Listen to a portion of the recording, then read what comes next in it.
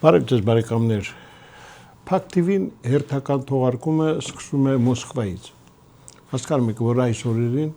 ես արդեն Մոսկվայում եմ եւ մի քանի հանդիպումներ եմ ունեցել, բայց այսօրվա մեր հյուրը իսկապես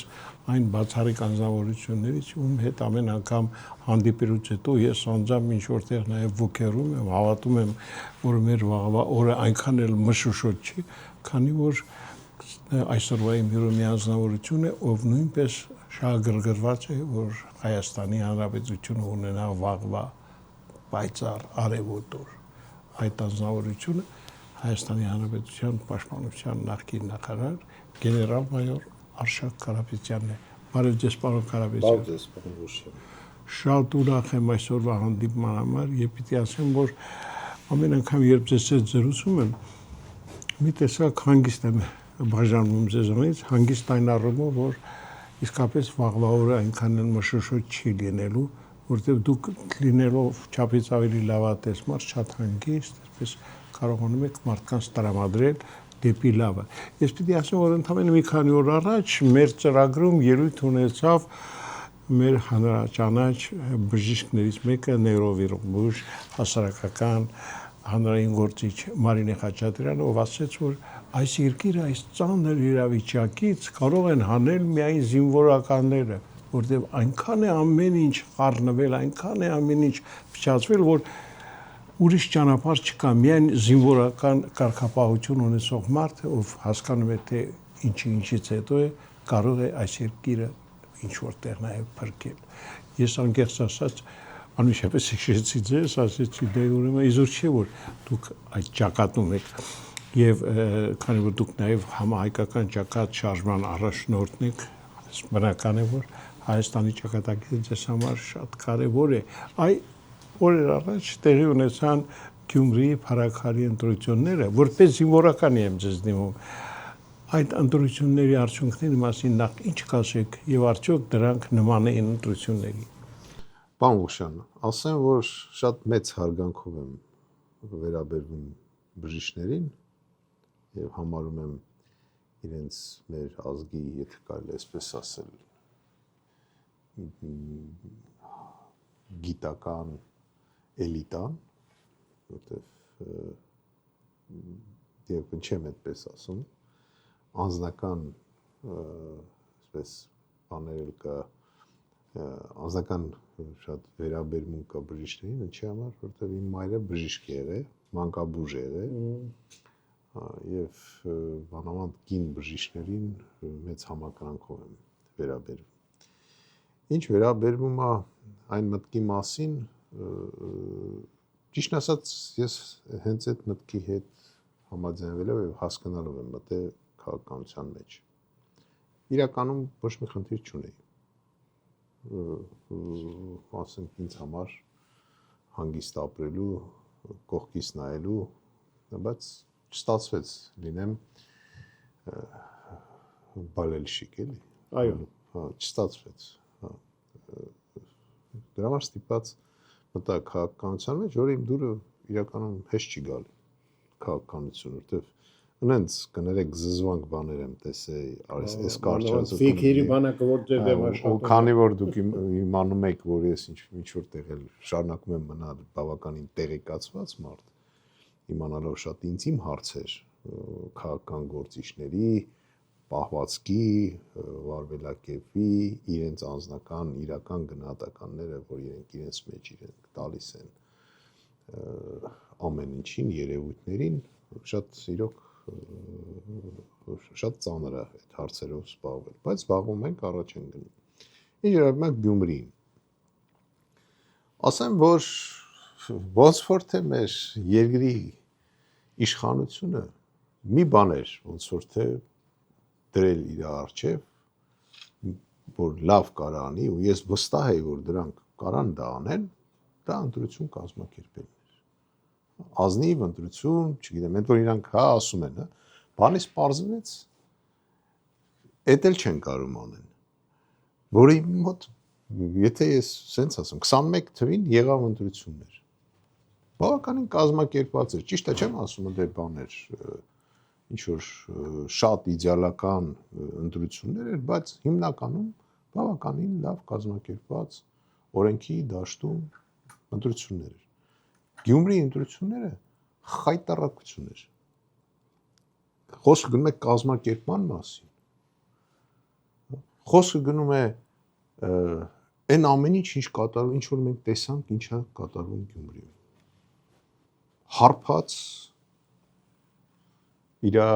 զինվորական լեզվով ասեմ անձնակազմը։ Կիրառեցին ամեն ինչ։ Ձերբակալումներ ընտրությունների օրերին։ Ընտրությունների օրերին շանտաժներ։ Տեղեկություններ կա, որ, չգիտեմ, դրսից մարդիկ բերեցին։ Ի վերջո, ի սկզբանե պարտված էին, որովհետև իրենց տեխնացուն հեչ կապ չուներ ԿՊ-ի հետ։ Իրանք ի սկզբանե ճանաչեցին իրենց պարտությունը։ Բոլոր իմ իմացած, ասպես ասեմ, տեղեկությունները, բոլոր նախարարները, փոխնախարարները, որոնք ինչ որ ձևի կապ ունեին Գյումրիի հետ, նույնիսկ նախկին նախկին, սաղ լցված էին Գյումրի։ Ինձ զանգեցին Գյումրից, ասին պատկերացնում եք Գյումրիում պրոբկա է։ Ահա։ Դուք պատկերացրեք ինչ խայտառակություն է, բարդակ։ Էդ էլ չեն կարող անել։ Ոնց որ թե իրանց մասնագիտացված են, էլ այդքան ընտրություններ են անցել եւ այլ։ Էդ էլ չեն կարող անել։ Բացի դրանից, իմ գնահատականը որպես մասնագետի եմ ասում, որպես հետախուզության պետի։ Ուսումնասիրելով այն ինչ որ տեղի ունեցավ Գյումրիում, ես կարամ ասեմ, Գյումրիում քաղաքական ընտրությունները, քաղաքապետի ընտրությունները հիշեցնում էին 21 թվականի Հայաստանի ընտրությունները։ Նույն դեմքերը, նույն դաշտում, քաղաքական դաշտում խաղացողները, եթե սենց այսպես նայենք, Գյումրին մոտավորապես 5 տարի հետ է մնացել, թող չնեղանան ինձնից գյումրեցիք, այդ առումով։ Եվ ինչ ենք ստանում, տեսնում ենք այն, ինչ որ միշտ տեղի է ունեցել բոլոր ընտրությունների ժամանակ Հայաստանի Հանրապետությունում։ Պաշտոնի արևտուր, ամոթ էլ չեն անում։ Միշտ ասած, մի մարդ, ես չեմ ճանաչում այդ մարդուն, մի մարդ հայտարարեց, որ եթե ինքը ընդդիմությունը, եթե պիտի կոալիցիա կազմի, եթե իր ձայները քիչ կլինի, ինքը կմիանա ցանկացած հաղթող ընդդիմության, կարծեմ Վարդան Ղուկասյանն էր։ Այո։ Չեմ ճանաչում այդ մարդուն, չեմ ուզում գնահատական տամ, գիտեմ, որ նախկին քաղաքապետն է, մի քիչ ավել բաներ գիտեմ, հա, բայց առիթ չեմ ունեցել, չեմ ճանաչում։ Մնացածը արևտրական են, գաղափար չկա։ Ես դրանից եմ ցավում։ Իմիջիայլոց ոչ էլ իշխանության մոտ գաղափար չկա։ Այդ Գյումրիի, ասեն, քաղաքապետը ընտրվեց ինչ որ մեկին ընտրեցին, կապ չունի ով, ի՞նչ է փոխում։ Այդ Գյումրին սարքեցին թե իշխանությունը, թե այս ընդդիմություն կոչեցյալը, ինչ որ մի սիմվոլ սարքեցին, ու այդ սիմվոլի համար գլուխները ջարդելով գնացին, սկսին երկու կողմները սկսին օրենքներ խախտել, սկսին իրար սպառնալ, ձերբակալել եւ այլն։ Չեմ հասկանում։ Ես կասեմ, որ իշխանությունը փորձելով ձեռք բերել տակտիկական հաղթանակ, ինքը կրեց ստրատեգիական պարտություն։ Կապ չունի հիմա ով է Գյումրիի քաղաքապետը, նելու իրականում, որտեղ ոչ մեկ կապ չունեն, ոչ մի կուսակցության հետ գաղափար չի աշխատել։ Եթե տեխնացուն ինչ-որ կուսակցությունով ներկայացել է, դե հիմա քանի հոգի են ընդ այդ տեխնացուները։ Եթե հիմա ուզեն թվարկեն կուսակցությունով, չեն կարող։ Այո։ Չեն կարող, անձերի ընտրություն է եղել, գաղափար չի եղել։ Հա, անձերը ճիշտ խոսել են իհարկե, ոնց որ պետք է, բայց անձ են ընտրել։ Ասում բան չեն ընտրել, կուսակցություն չեն ընտրել, եթե կուսակցություն չեն ընտրել, կամ քաղաքական ուժ չեն ընտրել, ուրեմն գաղափար չեն ընտրել։ Այ դա է, որ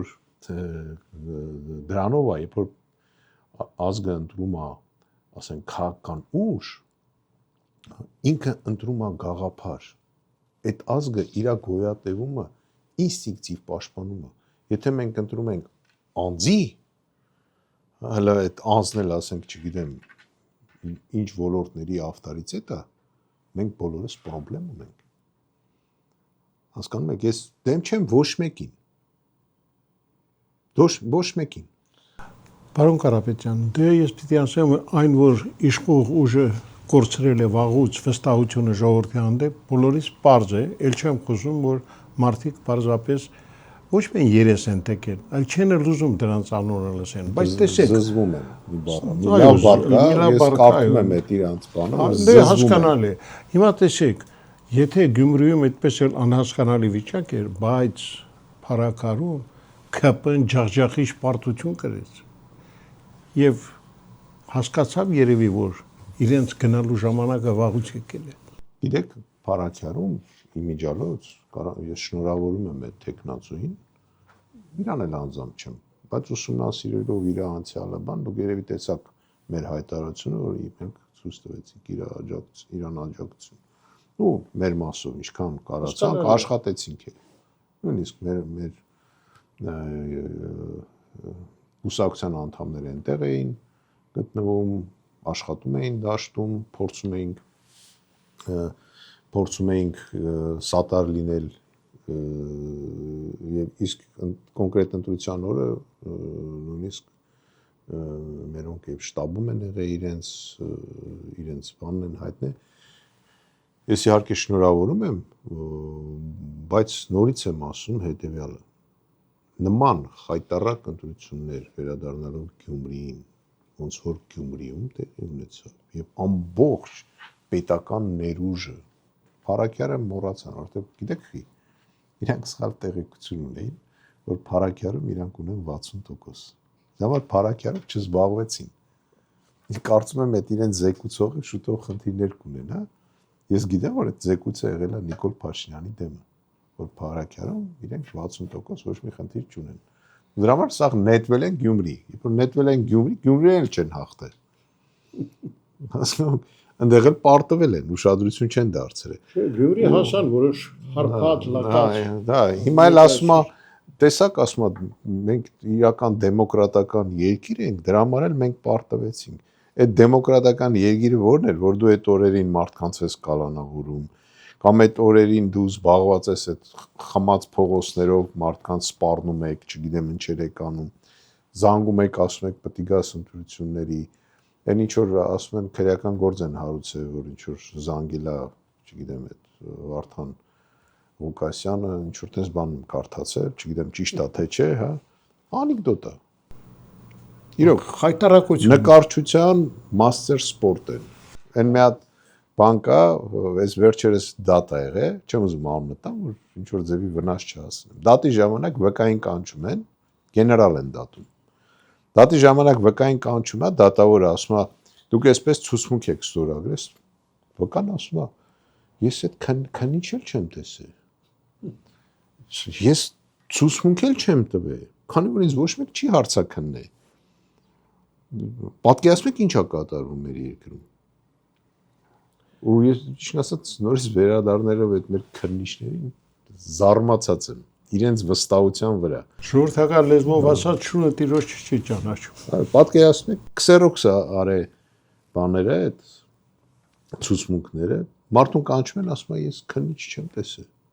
Պարոն Կարապետյան, իսկապես վիճակը շատ տխուր է, մենք ճիշտ է այսպես մի տեսակ քնծիծաղով ենք ամեն ինչ մոտենում, բայց իրականում շատ ծանր է վիճակը։ Դուք էլ ինձանից լավ գիտեք, որ այն ինչ այսօր տեղի ունի Հայաստանում սարսափելի է։ Ալիևն էլ մի քանի օր առաջ հայտարարեց, որ ինքը չի էլ պատրաստում ինչ որ խաղաղության պայմանագիր, ստորագրի համաձայնագիր եւ ասաց, որ մենք դեռ դժգոհ ենք Հայաստանի ներկայացած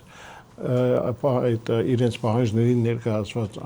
բոլոր տեսակի բացատրություններին եւ չենք էլ պատրաստվում, բայց այս իրավիճակում դուք գիտեք, որ ես կարծում եմ դուք մի առիթով եք ասել, որ այսօր շատ վճռական եւ ճակատագրական կարող է լինել Սյունիքի հարցը, այ ի վերջո Սյունիքը այսօր վտանգված է։ Պարոն Ղուշյան, ես այստեղ մի գիտնականների շրջանակներում, երբ որ մեր տարածաշրջանային հարցերն էին քննարկվում, ես ասացի, որ այսօր մեր տարածաշրջանում այնպիսի վիճակ է, որ ով վերահսկում է Սյունիքը, նա վերահսկում է ամբողջ Կովկաս։ Ինձ թվում է պետք չի ապացուցել, բայց իրականությունը դա է։ Դրա համար է Սյունիքի շուրջ նման ասենք ակտիվություն։ Այո, թե Ռուսաստանի Դաշնության, Միացյալ Նահանգների, Իրանի, բոլորի կողմից, Թուրքիան, Ադրբեջանը այդ մի փոքր կտոր տարածքի վրա, որտեղ նորից եմ կրկնում, ով վերահսկում է Սյունիքը, նա վերահսկում է Կովկասը։ Իմ ասածը վերաբերում է ամբողջ Կովկասին։ Հյուսիսային Կովկասին, չգիտեմ, որ Կովկաս ուզում եք կենտրոնական եւ այլ եւ ամբողջ Կովկասին է վերաբերում։ То есть մենք այսօր կանգնած ենք մի հարցի առջև։ Մեր հարցը գոյատևումն է։ Մեր պետականության պահպանումն է։ Մենք ու ֆիզիկապես այդ տարածաշրջանում մեր տներում, մեր հողի վրա ապրելն է։ Եթե մենք չդիմադրեցինք, բոլորը աշխատելու են իրենց համար։ Բոլորը, ոչ մեկ թող չսպասի, որ նորից եմ ասել, ես միշտ ասել եմ։ Ով ուզում է լինի, եթե դու քեզ չպաշտպանեցիր, չպատրաստվեցիր պաշտպանվելու, ոչ մեկ քեզ ձեռ չի մեկնելու։ Այն, գիտեք, մենք ես մի անգամ այդ օրինակը բերել եմ, երբ որ մենք երիտասարդ էինք, դե մեկ կռիվ էինք, չէ՞ անում։ Կռիվ անելուց, երբ որ հարկ է լինում, ընկերներիդ էիր, չէ՞, կանչում, մենք ընկերներով էինք գնում։ Եթե քեզ էին նեղացրել, միջև դու չխփեիր, ոչ մի ընկեր չէր խփելու։ Ճիշտ եմ չէ՞ ասում։ այո, Նույնը քաղաքականության մեջ է։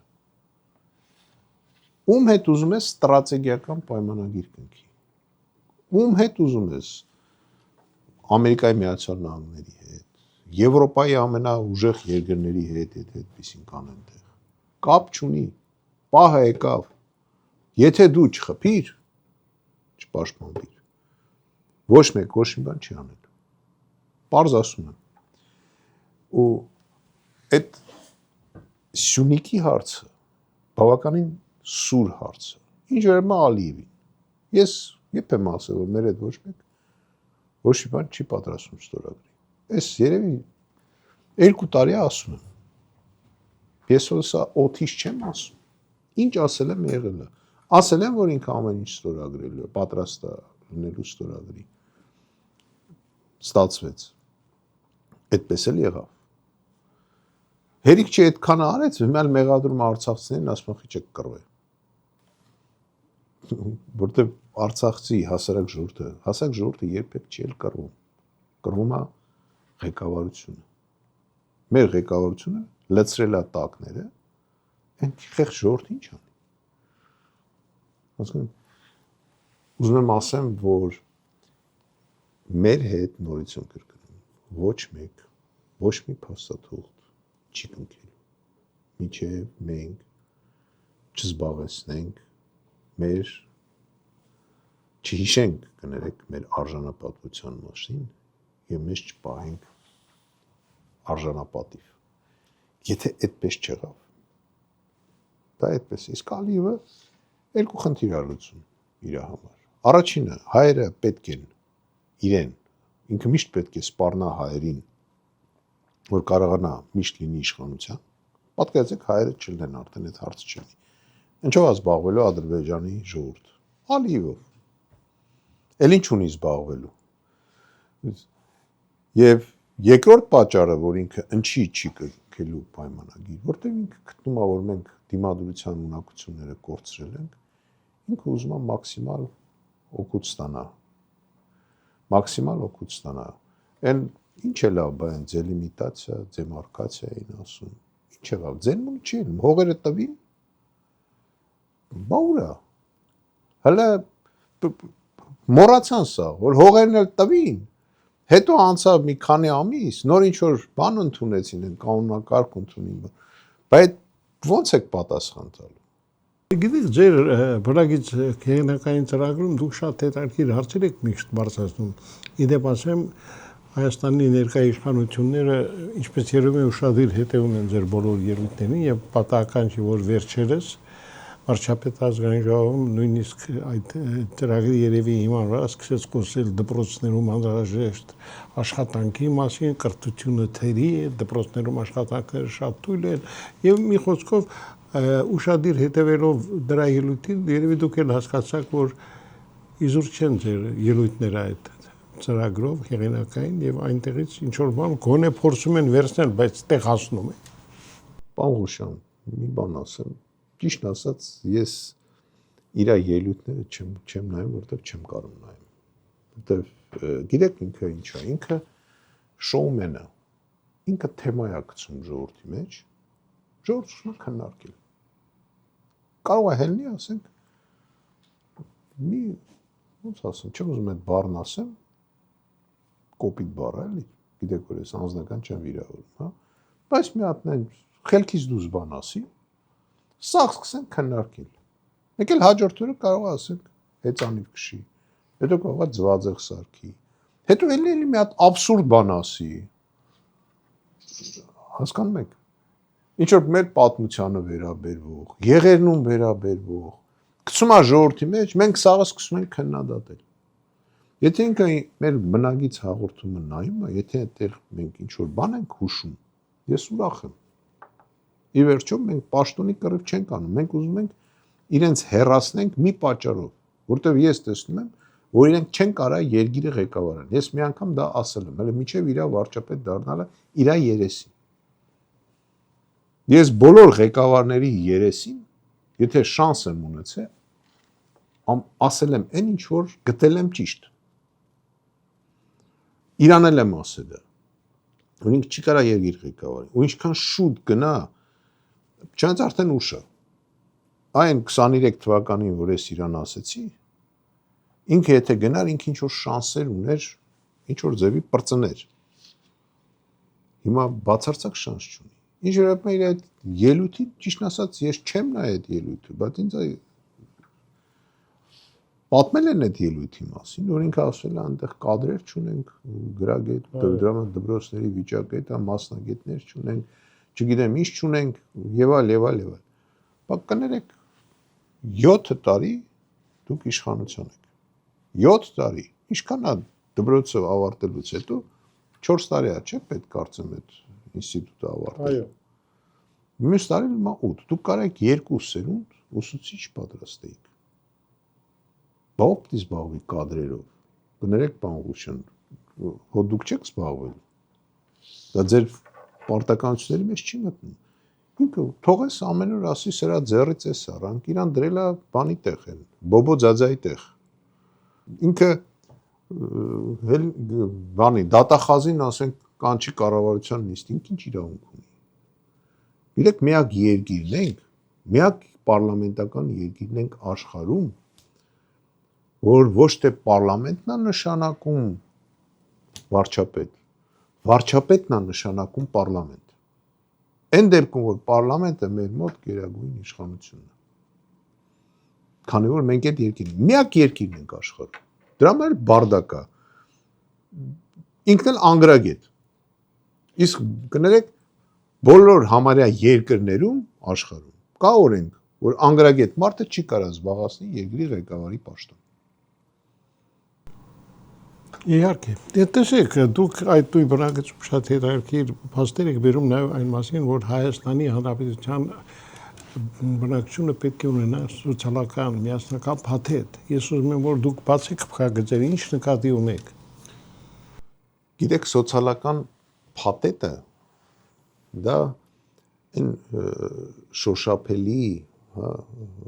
պրոդուկտն է, լավ բառ է, էլի, շոշափելի պրոդուկտն է, որ քաղաքացին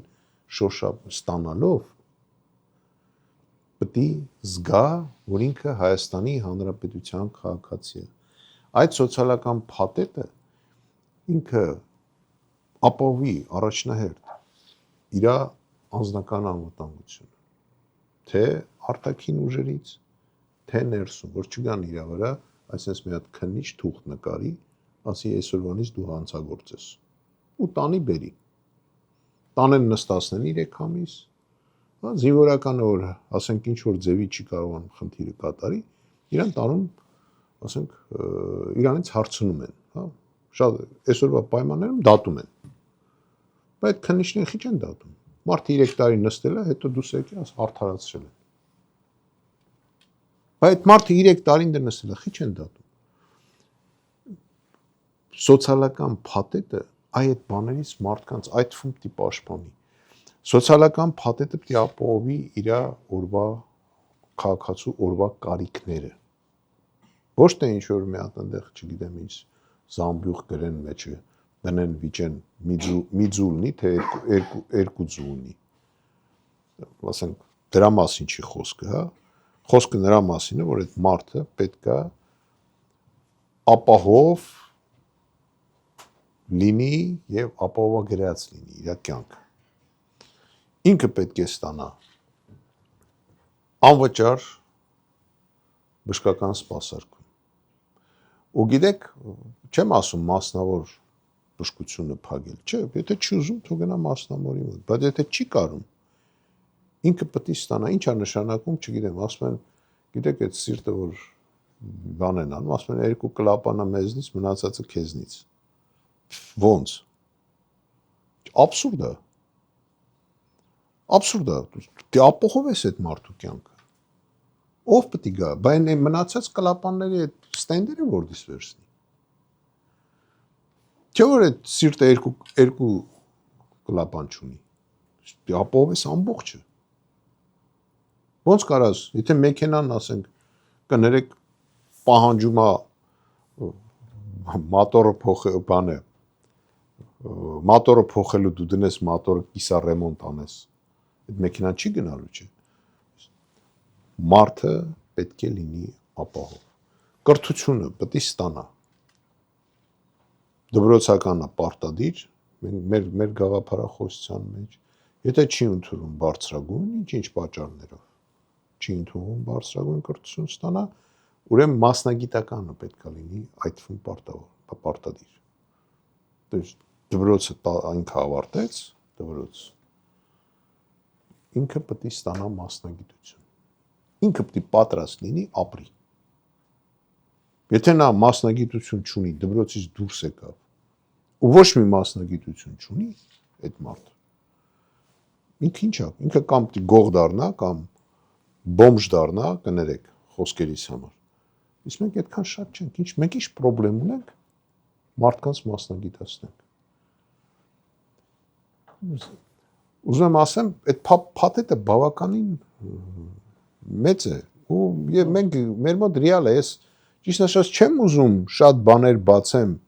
օրինակ մենք ընդ ունիկալ մտքեր ունենք կապված հարկային դաշտի, ու աստիճանաբար տարիների ընթացքում մենք բերելու ենք նրան, որ ֆիզիկական անձը, օրինակ, ուզում ենք բերենք դրան, որ հարկ չմուծի։ Ֆիզիկական անձը, խոսք չէ թվում իրավաբանական անձերի մասին, բայց դրա համար մենք պետք է զարգացնենք արտաբանը, տնտեսությունը, վստիգանք դրան։ Ես պիտի ասեմ, որ ձեր գլխավորած կառույցը դուք էլ անձամբ շատ շահագրգռված եք ժողովրդական աշխարհազորից ստեղծման եւ ովքեր իմիջիալուց կարող են անդամագրվել այդ կառույցին։ Մեր մոտ այդ աշխարհազորը մենք հավաքում ենք նրա համար, որ հարկ եղած դեպքում չգանք անակնկալի, որ մեր երկրի ղեկավարությունը ոտքի կանգնի եւ իմանանք, որ փախել է, հիշում եք այն մի հատ կինո կար, չէ՞, որ ասում է հայդա նվագախմբի տղաները, հայդա դեպի ուր, չգիտեմ, հայդա Փարիզ, հա։ Մենք այդ բանը ոնց էր դրա համար են այդքան Ֆրանսիայի հետ մտերմություն անում։ լավ ուսումնասիրել։ Հա, լավ ուսումնասիրել։ Մենք այդտենց անակնկալի չգանք։ Մենք կարողանանք պաշտպանվենք։ Եվ այնտեղ կարան հիմնականը իհարկե մենք ուզում ենք, որ զինվորական անցյալով մարդիկ լինեն, բայց եթե կան քաղաքացիներ, սպորտսմեններ, առողջ մարդիկ, որոնք կարան ինչ-որ ձևի օգտակար լինեն այդ նման կասեի զինվորական կառույցի, նման է զինվորական, ինքը զինվորական չի, եւ հարկ եղած դեպքում մենք կարողանանք մեր սահմանները պաշտպանենք, անպայման պետք է բան անեն։ Երևի թե միանան այդ աշխարհազորին։ Բացի դրանից ճիշտ ասած զարմացած եմ, օրինակ զինվորական այդ բաների, սպաների, բաների մասով էլի։ Ну, նախքին, որ ասենք այսօր, եթե դու տաքսի պետք է քշես, որ ինձ ասում են ինչ որ նստել են մեր տղաներ նստել են տաքսի վարորդը եղել է փոխգնդապետ։ Ну, նախքին այսինքն սպայստազորի փոխգնդապետ։ Դե եթե դին կարում ես դա անես, ցանկացած աշխատանք պատվավոր, չնայած ես գտնում եմ, որ չպետք է փոխգնդապետը այն վիճակի լինի, որ տաքսի քշի, որ տուն պահի։ Հա, ինչ թվում է, նման մարդիկ ավելի լավագան մեր մոտ պայքարեն, որ մենք այդ սոցիալական փաթեթը կարողանանք ապահովենք, որ զինվորականը ստանա պատվավոր թոշակ։ Դպրոցի դասատուն վարձատրվի եւ ստանա թոշակ նորմալ, որ գա այդ ծանր աշխատանքը դա դուք ամեն մարդ չի երեխաների համար, որ երեխաների հետ կարա աշխատի, ու հետո դա շատ բան ծանր աշխատանք է։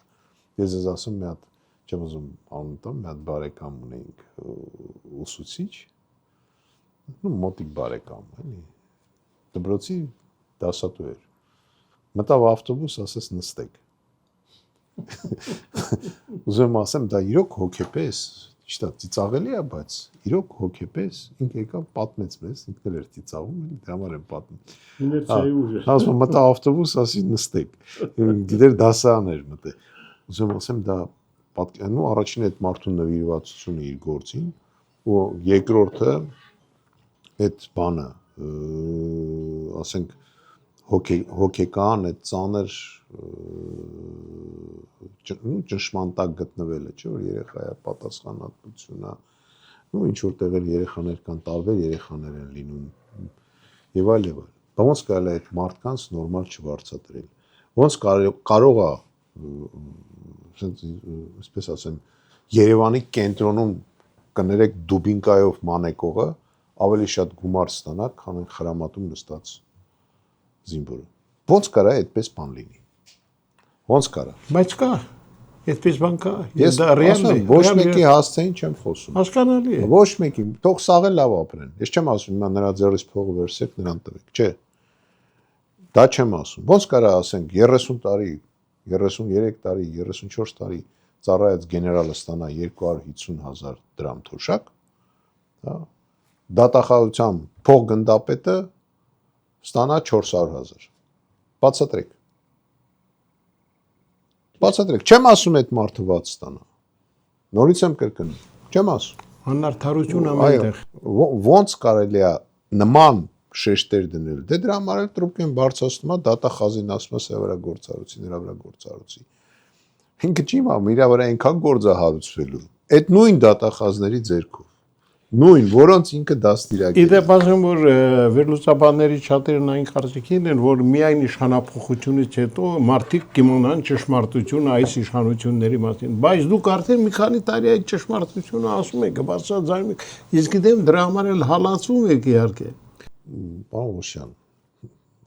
ասում եմ, բայց հավատացեք, հələ բան չեմ ասել։ Հա, հələ համարյա բան չեմ ասել։ Կգա ժամանակը փաստաթղթերով կասենք, փաստաթղթերով, իրանց զեկուցածներով, թե ինչ են զեկուցում Նիկոլ Փաշինյանին,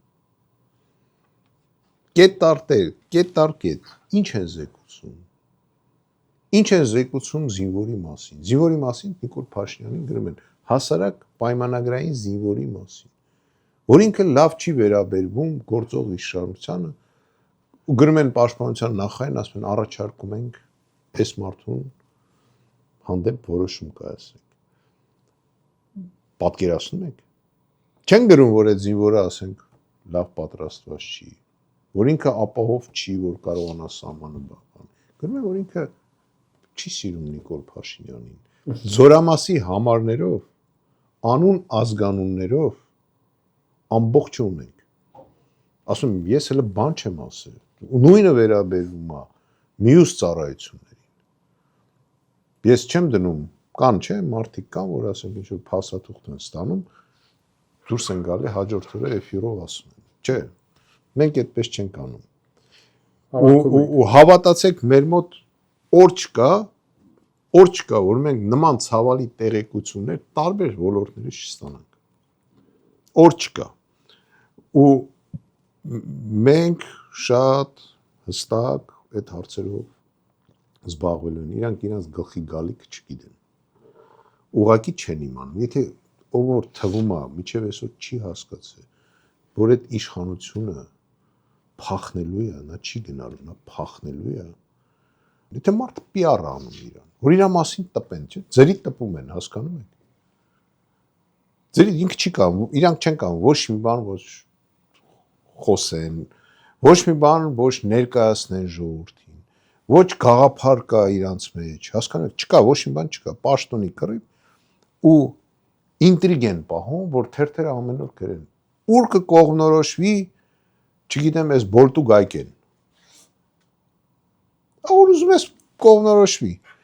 Այս իշխանությունը կենտրոնական որորը վարի գնաց, որորը գցեցինք, մենք անցնելու ենք նախագահական ընտրությունների եւ բոլոր քաղաքապետերը լինելու են նշանակովի։ Պարոն Կարապետյան, իսկապես շատ հետաքրքիր փաստեր կան, որ դուք չեք ուզում այսօր, չգիտեմ, բացել փակագծերը մինչև վերջ, բայց ես ուզում եմ դիմել մեր հեռուստադիտողներին ասելով, սիրելի բարեկամներ, իսկապես այն տեղեկատվությունը, որ ունի Արշակ Կարապետյանը, շատ այսպես մեծածավալ է, շատ հարուստ եւ ես քանի որ փոքր ավելի ձեզանից տեղեկացված եմ, իսկապես եթե փակագծերը բացվեն, կլինեն մարդիկ, որ կարող են անգամ խելագարվել, հավատացեք, այնպիսի անարդարություններ, այնպիսի հանցագործություններ, հանցանքներ, որ կատարվում են մեր երկրում, պարզապես զարմանալի է, որ այդ ամենը կարողանում են մարդիկ այսպես հանդուրժել։ Պարոն Կարապետյան, ես շնորհակալ եմ ձեզանից, որ դուք միշտ մեր կողքին եք, միշտ այդպես բաց եք, թափանցիկ ազատ եւ պայմանավորվենք այսօր մեր հանդիպումների ժամանակ սկզբունքը պահենք, բայց մի փոքր ավելի շատ բացենք փակագծերը, որտեղ ժամանակն է, որ մեր ունկնդիրն էլ հասկանա։ Որպես նորից մասնագետ եմ ասում, տեղեկությունը օգտագործելիս ոչ թե օգտագործում են նրա համար, որ դու բոլորին թվաս, որ դու ամեն ինչ գիտես, ու դրանով այդ տեղեկությունը կրակես եւ վերջանա։ Չէ, տեղեկությունը պետք է օգտագործել ի նպաստ մեր երկրի, կոնկրետ եթե մեր մասին է խոսքը, մեր երկրի այդ պահը կգա, երբ որ մենք տեսնենք, որ դա օգտագործելով մենք ստանում ենք արդյունք, մենք անպայման այդ պահին դա կանենք։ Հակառակ դեպքում ափսոս է, մենք հիմա սա տարածենք։ Ուղղակի ափսոս է, որտեվ ես նորից եմ ասում, սովոր չեմ, այսպես ուղղակի դնեմ PR անեմ, որ ասենք, ասեցինք, այս Նիկոլը էլի ինչ որ մի բան արել է։ Եթե դա բան չի փոխելու այս պահին, ինչի ասենք։ Իսկ կգա պահը, երբ որ մենք կասենք ու ինքն դե իսկ կթռնի։ Եվ ժողովուրդը այդ ժամանակ կտեսնի դա։ Գործողությունը կանենք այդ տեղեկության ֆոնի վրա։ Հասկանալի է, պարոն Կարապետյան, ես ակամայից նորից հիշեցի Մարինա Խաչատրյանին, ով ասաց, որ այս երկիրը այնպիսի սարսափելի վիճակում է, որ միայն զինվորականները կարող են գալ ինչ-որ բան շտկեն։ Երբ դուք էլ հասկացաք, թե ինչ նկատի ուներ Մարինա Խաչատրյանը։ Հուսանք, որ այդ լավ օրերը սարերի ետևում չեն։ Շնորհակալ եմ։ Շիրի բարեկամներ, Հայաստանի Հանրապետության պաշտպանության նախկին նախարար, համահայկական ճակատշարժման առաջնորդ գեներալ-մայոր Արշակ Կարապետյանն էր այսօր Փակ TV-ում։ Մնացեք լավատես, ցտեսություն։